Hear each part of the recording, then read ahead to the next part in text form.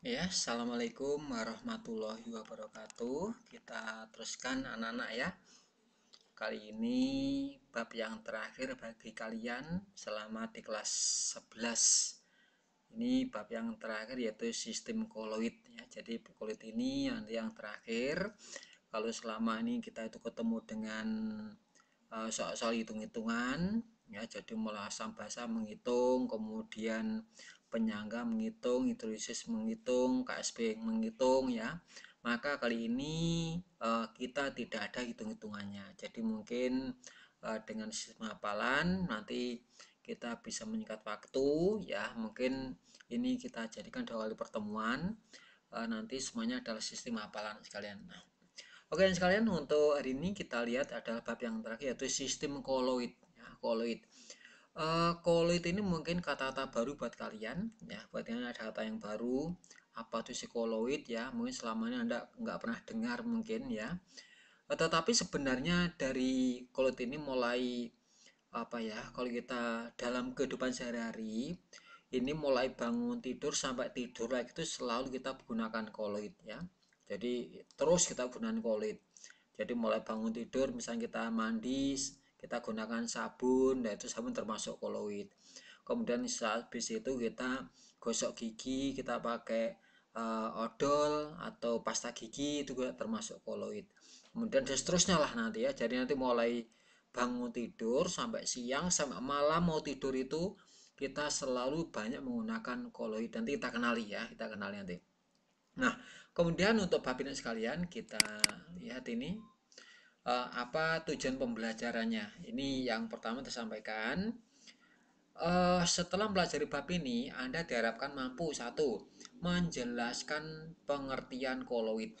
Nah, ini jadi apa tuh koloid itu? Nanti kalian wajib bisa menjelaskan. Kedua, membedakan antara larutan sejati, koloid, dan suspensi. Jadi kalau kita mengenal campuran, sekalian campuran itu nanti ada kita golongkan menjadi 3, yaitu tergolong larutan sejati, ada tergolong koloid, dan suspensi. Itu campuran nanti. Jadi berdasarkan keadaan zat larut dengan pelarutnya itu nanti kita bedakan jadi 3 ini. Membedakannya kemana nanti harus bisa. Yang ketiga, menentukan komponen penyusun sistem koloid. Nah, ini ya, jadi nanti komponennya harus kalian bisa menentukan. Menyebutkan jenis-jenis sistem koloid.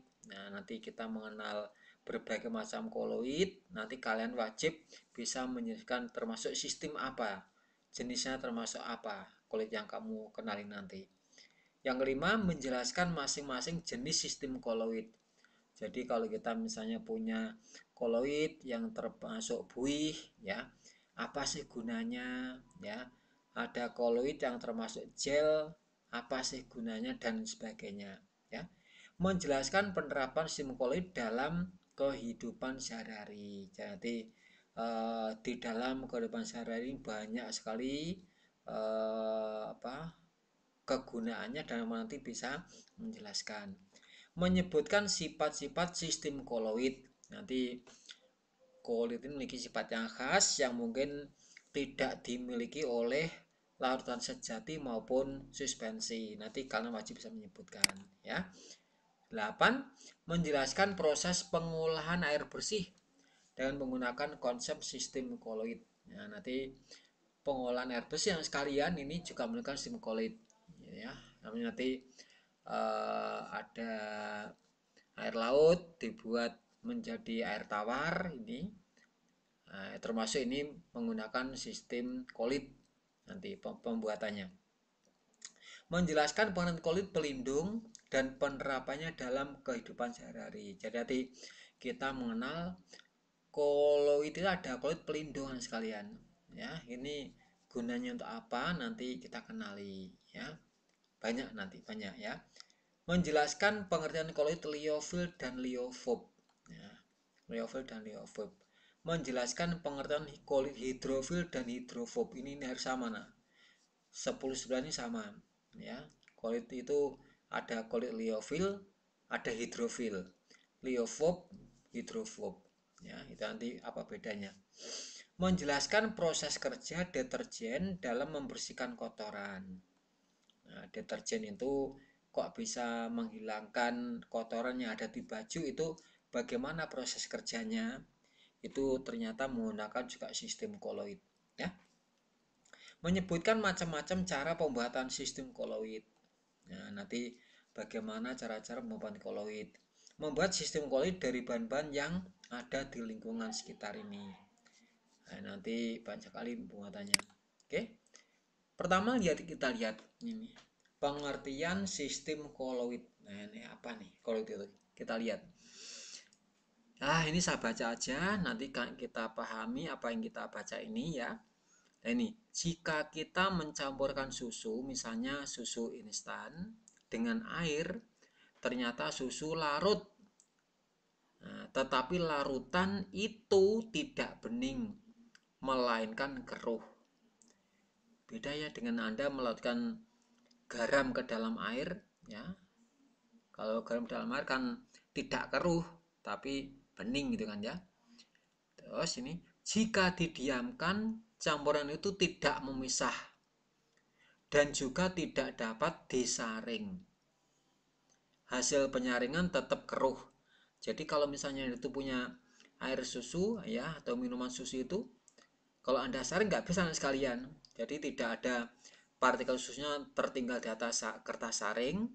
Nanti yang jatuh airnya tidak bisa begitu. Nanti dia akan lolos semua. Ya. Secara makroskopis campuran ini tampak homogen. Jadi secara makroskopis, makro itu ukuran besar sekalian. Jadi dalam skala besar. Campuran ini tampak homogen. Jadi tampak serba sama. Jadi kalau Anda itu melihat air susu ya segelas gitu, dia homogen kelihatannya. Itu secara makroskopis. Ya, secara makroskopis. Jadi seakan-akan air dengan air dan partikel susu nggak ada bedanya begitu. Itu secara makroskopis, ya. Akan tetapi jika diamati dengan mikroskop ultra, yang dimaksud mikroskop ultra adalah mikroskop yang daya besarnya luar biasa besar, ya, bisa 1 juta kali lebih besar, ya. Tuh, ternyata masih dapat dibedakan partikel-partikel susu yang tersebar di dalam air. Jadi masih bisa kelihatan ternyata, oh ini partikel susunya, ini airnya begitu, ya. Jadi masih bisa dibedakan. Kalau Anda misalnya memasukkan gula dalam air, maka partikel gula tidak bisa dibedakan dengan air. Saking kecilnya, kan ya, saking kecilnya. Nah, seperti itu bedanya. Jadi kalau gula dalam air itu mungkin ukurannya itu kecil banget, sehingga kita tidak bisa bedakan antara gula dengan air. Tapi kalau Anda itu punya susu dengan air, maka susu nanti masih kelihatan cukup besar dibandingkan dengan airnya. Nah ini, campuran seperti inilah yang disebut koloid. Ini ya, koloid. Ukuran partikel koloid berkisar antara 1 nanometer sampai 100 nanometer. Jadi kalau Anda itu punya partikel zat terlarut, kok zat terlarutnya itu ukurannya berdiameter, ya, berdiameter 1 nanometer sampai 100 nanometer, ya, itu tergolong koloid. Jadi koloid tergolong campuran heterogen dan merupakan sistem dua fase. Jadi dua fase itu dua wujud, ya, dua wujud, yaitu antara zat terlarutnya dan pelarutnya itu berbeda gitu ya, ukurannya itu berbeda, berarti ada dua fase itu. Jadi nanti kalau ukuran itu 1 nanometer sampai 100 nanometer, nah itu tergolong koloid. Kalau di bawah 1 nanometer, ya, di bawah 1 nanometer, maka tergolong larutan sejati. Jadi misalnya kalau Anda tadi punya gula dalam air, maka ukuran gulanya akan kurang dari 1 nanometer, maka tergolong sebagai larutan sejati. Kalau di atas 100 nanometer, maka termasuk suspensi. Tadi kan saya bilang ada suspensi kan. Jadi misalnya di pasir dalam air, nah, pasir ukurannya besar. Ya. Pasir itu ukurannya di atas 100 nanometer diameternya. Sehingga bukan koloid. Jadi koloid itu ukurannya antara 1 sampai 100 nanometer. Tuh ya. Kemudian komponen penyusun koloid. Ini komponen penyusun koloid. Sistem koloid tersusun atas dua komponen yaitu fase terdispersi dan medium dispersi. Jadi nek kita ngomong itu zat terlarut dengan pelarut kita anak sekalian. Ini kalau larutan ya, tapi ini kita tidak boleh ngomong begitu. Ya, fase terdispersi dan medium pendispersi ya, atau dispersi atau fase pendispersi. Nah, itu ya. Fase terdispersi bersifat diskontinu, terputus-putus. Sedangkan medium dispersi bersifat kontinu, tidak ada tidak ada putus-putusnya. Ya, jadi gandeng satu sama lain. Jadi kalau tadi Anda misalnya minuman susu tadi, ya, maka partikel susu termasuk fase terdispersi dan airnya adalah medium dispersi atau medium pendispersi. Itu ya. Jadi partikel susunya itu fase terdispersi, airnya itu adalah medium dispersi. Nah, kalau partikel susu tadi satu sama lain itu putus-putus, jadi nggak gandeng anak sekalian, tidak gandeng. Tetapi kalau airnya itu satu sama lain itu saling bergandengan. Gitu. Nah, partikel susu ada di sela-sela air itu. Gitu. Ya. Pada campuran susu dengan air yang disebut di atas, fase terdispersinya adalah susu, sedangkan medium dispersinya adalah air. Nah, perbandingan sifat antara larutan sejati maksudnya, ya. Jadi ini perbandingan sifat antara larutan sejati, koloid dan suspensi. Ini bedanya apa sih? Disimpulkan dalam tabel berikut ini. Coba nih, ya ini bedanya. Ini pertama larutan.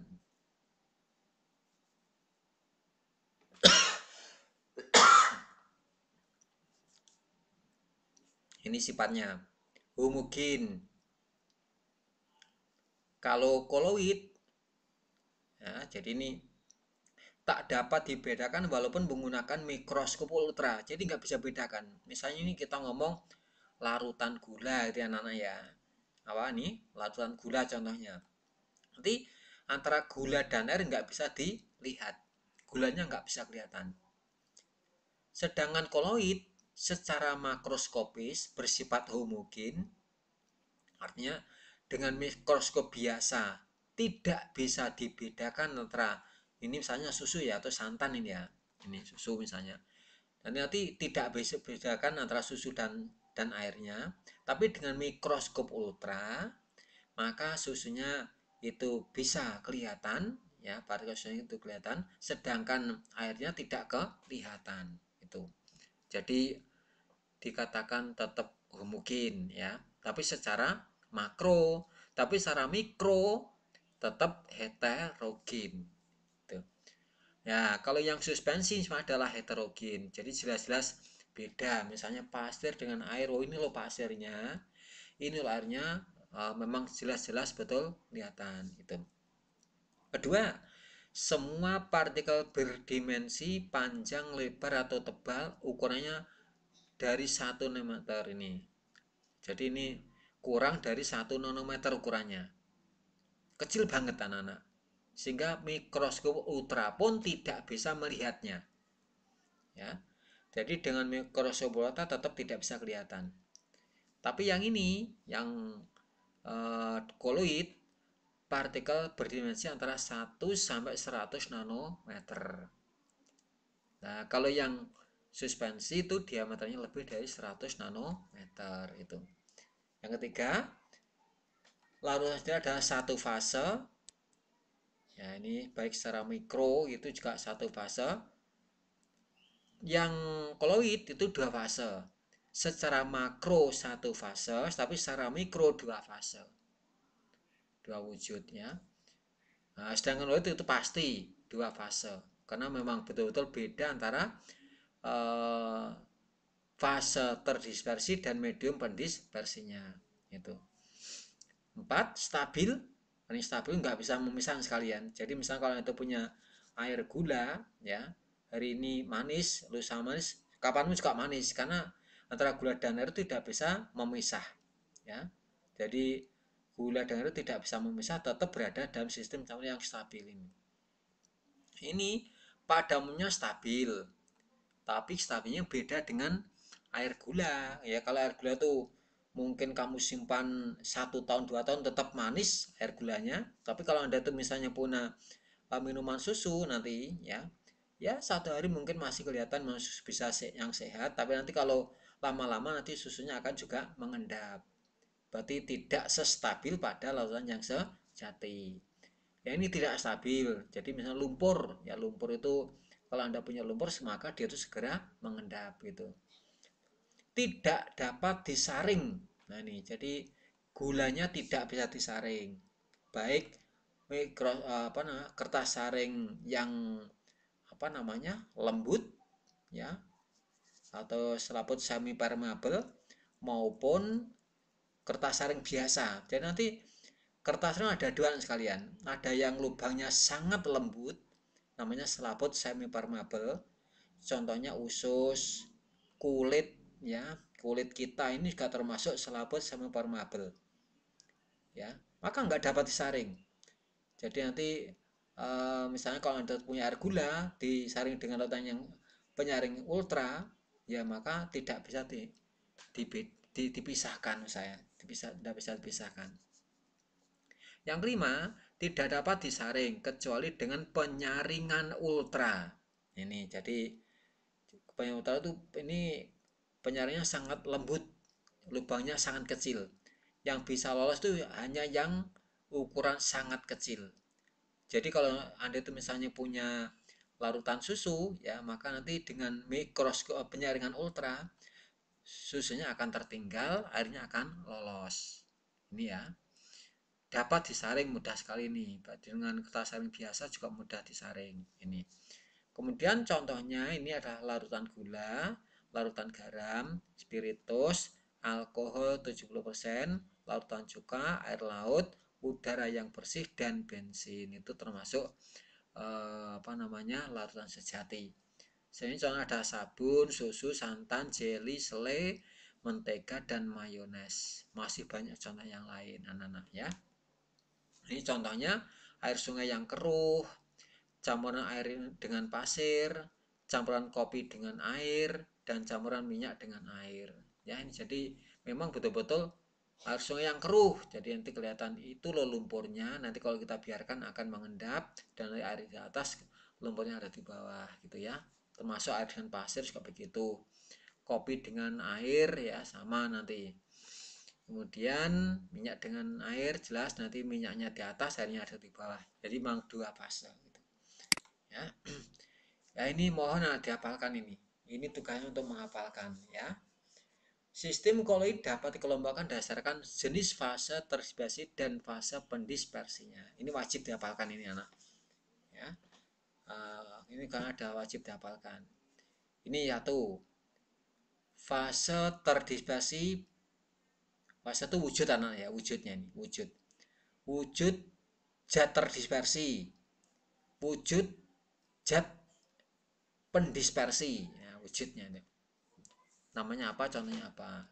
Nah, fase terdispersinya padat, fase pendispersinya gas, jadi padat dalam gas.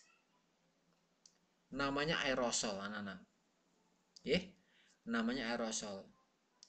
Contohnya adalah asap. Coba Anda amati asap.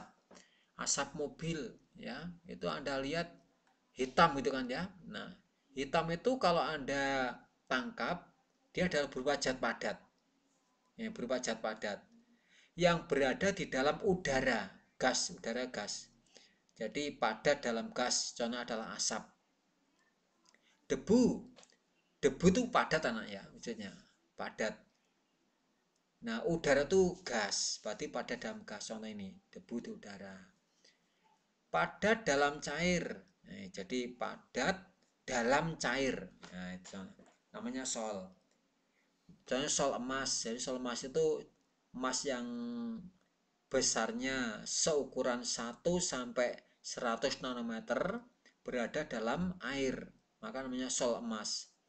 Sol belerang, jadi belerangnya sangat halus, ya digerus begitu sampai seukuran 1 sampai 100 nanometer, maka namanya sol belerang. Berarti padat dia tujuannya, berada dalam air.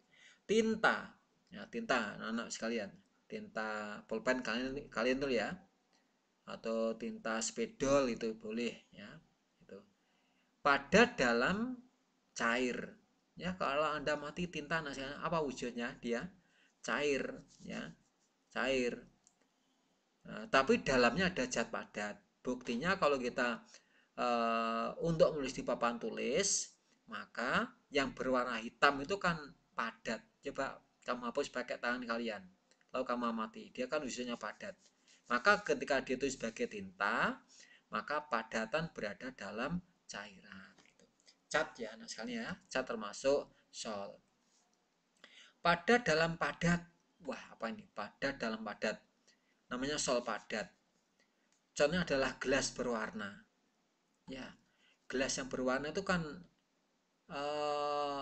warna-warna yang ditaruh di dalam gelas. Ya, nah zat warna itu adalah wujudnya padat. Ya, gelas juga padat. Ya, sehingga padat dan padat.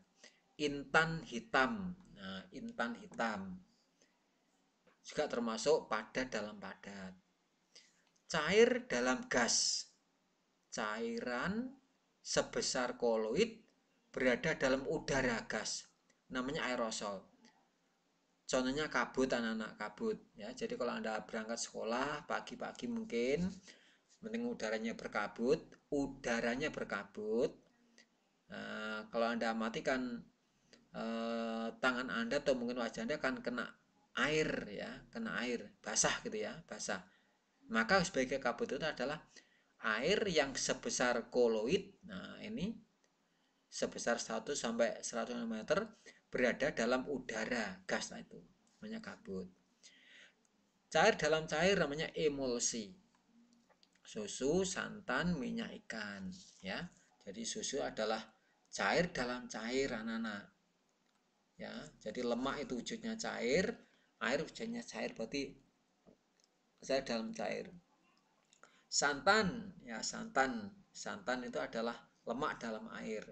Minyak ikan ya, lemak dalam air itu. Jadi makanya cair dalam cair, lemak itu cair, air cair, berarti cair dalam cair gitu ya. Cair dalam padat namanya emulsi padat. Contohnya jelly ya, jelly yang Anda makan ya.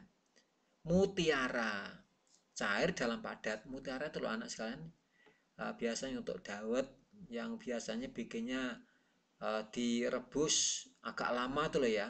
Nah, nanti untuk ini makanan bukan mutiara untuk perhiasan, bukan, tapi makanan ya. Kalau Anda mati kan wujudnya bulat-bulat warnanya merah ya.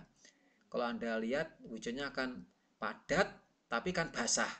Nah, berarti dia tuh air berada dalam zat padat itu. Opal, saya kurang paham apa itu opal ya. Gas dalam cair namanya buih. Gas dalam cair namanya buih. Contoh buih sabun. Coba Anda mati buih sabun, misalnya Anda itu mau mencuci baju, deterjen atau sabun Anda masukkan dalam air, kalau kamu aduk-aduk ya, nanti kan keluar buihnya. Silakan tangan Anda ambil, Anda keluarkan dari sabun busa itu, kamu anduk ya, kamu keringan pakai anduk. Lalu kamu mengambil busa itu. Ya. Kamu amati betul-betul ya. Dia seakan ada gelembung-gelembung gitu kan ya. Apa yang ada dalam gelembung itu? Gas. Nah, kan ada dalam selimut. Apa selimutnya itu? Air. Berarti gas dalam memang kalau Anda gosok-gosok ya, busa itu akan kita merasa basah ya. Jadi kok Anda ambil busa lalu kamu gosok ke tangan Anda itu, maka tangan Anda akan basah. Kenapa kok basah? Karena memang ada airnya di situ ya. Krim kocok ini ya, jadi ini untuk apa namanya, cukur rambut ya, ini gunakan untuk termasuk ini ya, termasuk buih.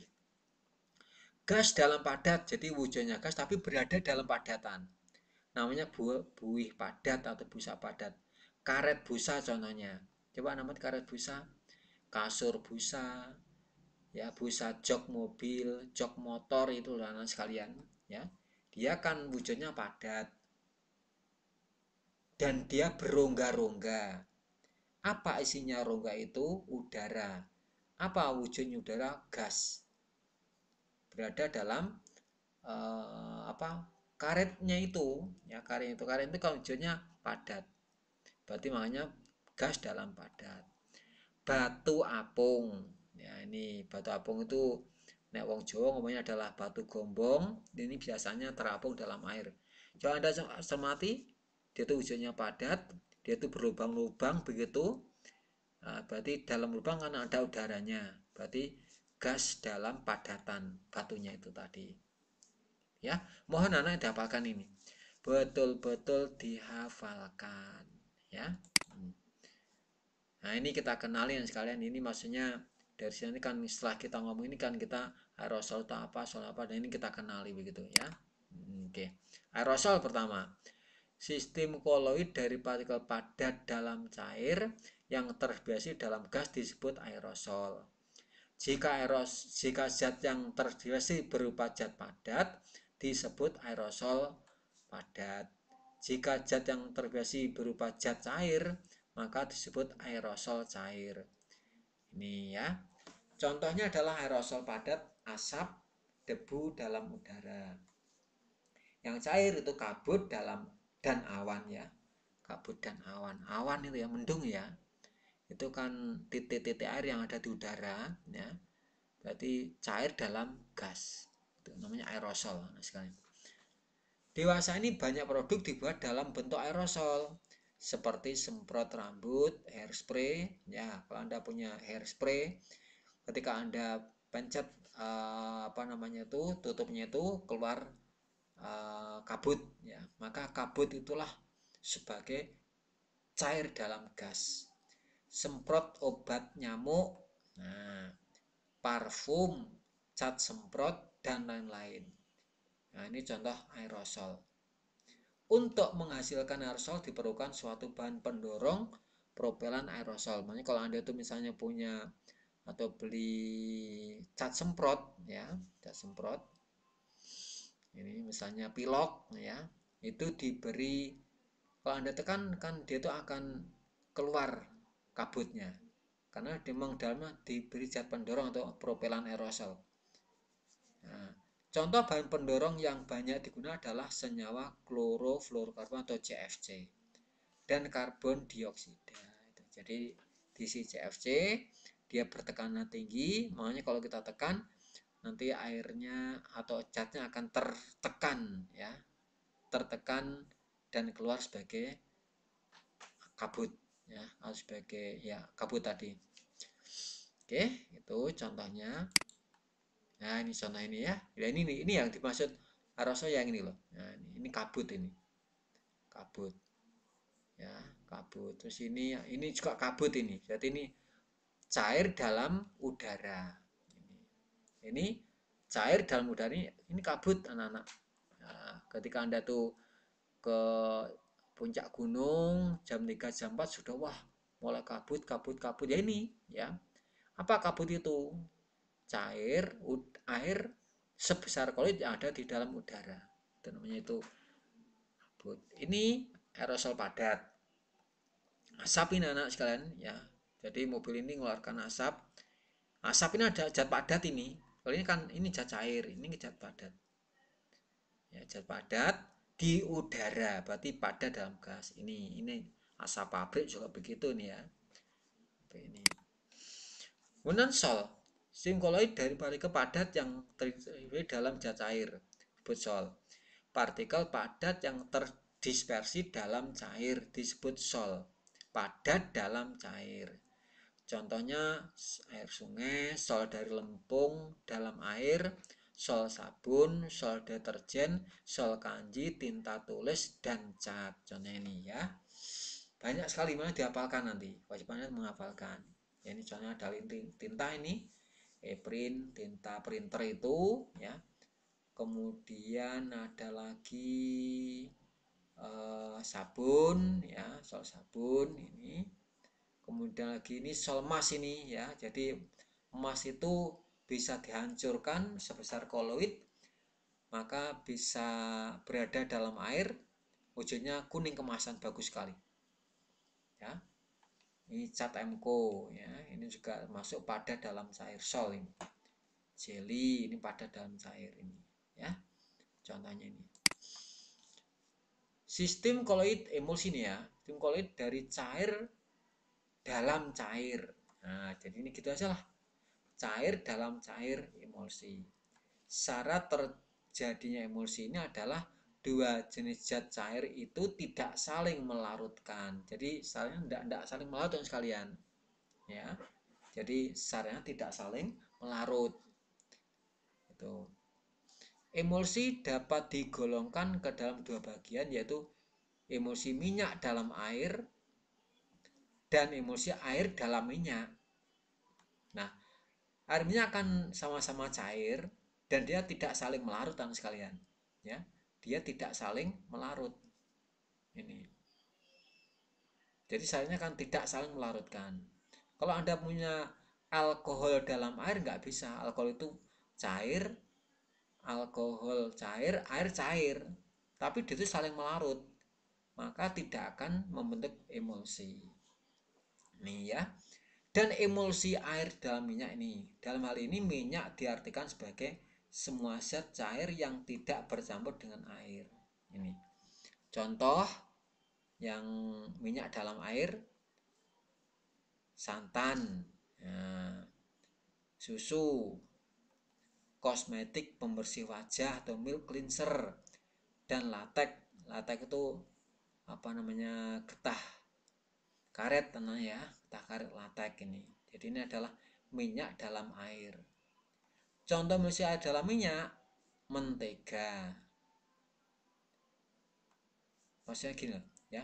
Emulsi minyak dalam air itu airnya lebih banyak daripada minyaknya. Gitu loh ya. Airnya lebih banyak daripada minyaknya. Santan itu lemak anak sekalian dalam air. Jadi banyak airnya daripada lemaknya santan. Susu juga gitu ya. Maka kesannya encer. Ya, kesannya itu encer ini. Ya, kesannya encer. Emulsi adalah minyak. Jadi nanti minyaknya lebih banyak daripada airnya. Mentega. Nah, ini mentega ya. Yang padatan itu minyaknya. Tapi dalamnya ada airnya sekalian. Ya, berarti ini adalah emulsi air dalam minyak. Mayones, cuka ya. Cuka itu kan juga apa namanya itu cair. Ya. Minyak bumi dan minyak ikan. Contohnya ini adalah air dalam minyak. Jadi banyak minyaknya daripada airnya, maka kesannya dia tuh minyak gitu ya. Tapi ini kesannya air. Coba Anda mati bedakan. Kalau minyak dalam air tuh kesannya air, jadi bukan kesan minyak, ya. Tapi kalau air dalam minyak itu kesannya minyak. Mentega kan, wah minyak. Mayones itu minyak. Minyak bumi minyak kan minyak gitu kan ya. Tapi kalau santan, oh air itu. Susu itu air gitu ya. Seperti itu. Nah ini beberapa contoh ya. Ada susu bendera, ada santan, ya. Ada apa nih, latek ya. Jadi latek ini, latek. Ada minyak rambut Gatsby, ya. Ini termasuk minyak dalam minyak. Air dalam minyak ini ya Nana, ya. Air dalam minyak. Milk cleanser pembersih tadi. Kesannya air, bukan kesannya minyak, ya. Hanya kalau Anda gunakan ini, misalnya ini kan air dalam minyak, cocok untuk minyak rambut, kesannya minyak, ya, minyak. Kalau ini Anda gunakan untuk wajah nggak boleh, ya, nggak boleh karena ya wajah kamu nanti berminyak gitu kan ya. Kalau ini nggak, kesannya air, karena adalah minyak dalam air, gitu, ya. Ini mentega, yang ini kesannya minyak, nah sekarang ini air dalam minyak, kesannya minyak gitu. Mentega, air dalam minyak. Mayones, oh, ini kesannya minyak, ini mayones itu minyak ikan ini ya, minyak ini adalah air dalam minyak, air dalam minyak, air dalam minyak ini adalah minyak dalam air, kesannya air, minyak dalam air, kesannya ada minyak dalam air gitu ya. Jadi kesan-kesan itu penting untuk memahami bedanya air dalam minyak maupun minyak dalam air. Buih, ya ini buih, simkoloid dari gas dalam cair itu namanya buih. Nih, contohnya ini ya, orang mandi, wah ini ada buih sabun, buih air laut, ya. Ada ini nih, ada pemadam kebakaran ini ya. Ada busa. Nah, jadi ada mengeluarkan busa sehingga nanti akan menutupi api sehingga nanti api akan mati gitu. Wih. Gel, ya, gel ini kulit yang di setengah kaku, gel itu setengah kaku nih sekalian. Antara padat dan cair. Gel adalah kulit setengah kaku antara padat dan cair, disebut gel. Contoh agar-agar, lem kanji, selai, gelatin, gel sabun, dan gel silika. Agar-agar, nah ini ya. Kemudian lem kanji, kemudian selai, gelatin, ini gelatin ya, gelatin. Lem ini ya. Nah, dari lem kanji termasuk gel. Gel dapat terbentuk dari suatu sol yang zat terdispersinya mengabsorpsi medium dispersinya. Ini maksudnya anak sekalian. Ini kesannya apa namanya itu tidak encer. Kenapa kok tidak encer? Karena lemnya, kanjinya itu menyerap, mengabsorpsi airnya. Ini kan padat dalam air, padat dalam cair. Padatnya itu apa, lemnya, kanjinya, gitu ya. Mediumnya adalah air. Kenapa kok dia tuh kesannya apa namanya tidak encer? Karena memang airnya banyak diabsorpsi oleh kanji, sehingga di sini menjadi kekurangan air, ya, kekurangan air sehingga kesannya itu menjadi tidak encer. Namanya soliofil, nanti yang sekarang ini termasuk soliofil ini ya. Sol dimana zat terdispersinya itu menyerap liofil, fil itu suka menyerap medium pendispersinya sehingga terjadi koloid yang agak padat ini. Nah ini ya, selai ya, ini adalah gelatin, gas sabun, silika enggak sabun juga sini ya, gitu. Gel adalah koloid yang setengah kaku. Kenapa kok setengah kaku? Karena zat terdispersinya menyerap air sehingga sistem itu menjadi kekurangan air sehingga kesannya menjadi tidak encer atau kaku ya. Koloid dalam kehidupan sehari-hari ini ada industri kosmetik ini ya. Ini ada Pond's pembersih ya, White Beauty, kemudian milk cleanser, hand body ya, banyak sekali kosmetik.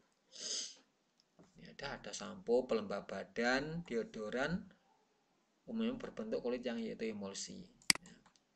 Industri tekstil ini ya, pewarna tekstil berbentuk kulit karena mempunyai daya serap yang tinggi sehingga dapat melekat pada tekstil.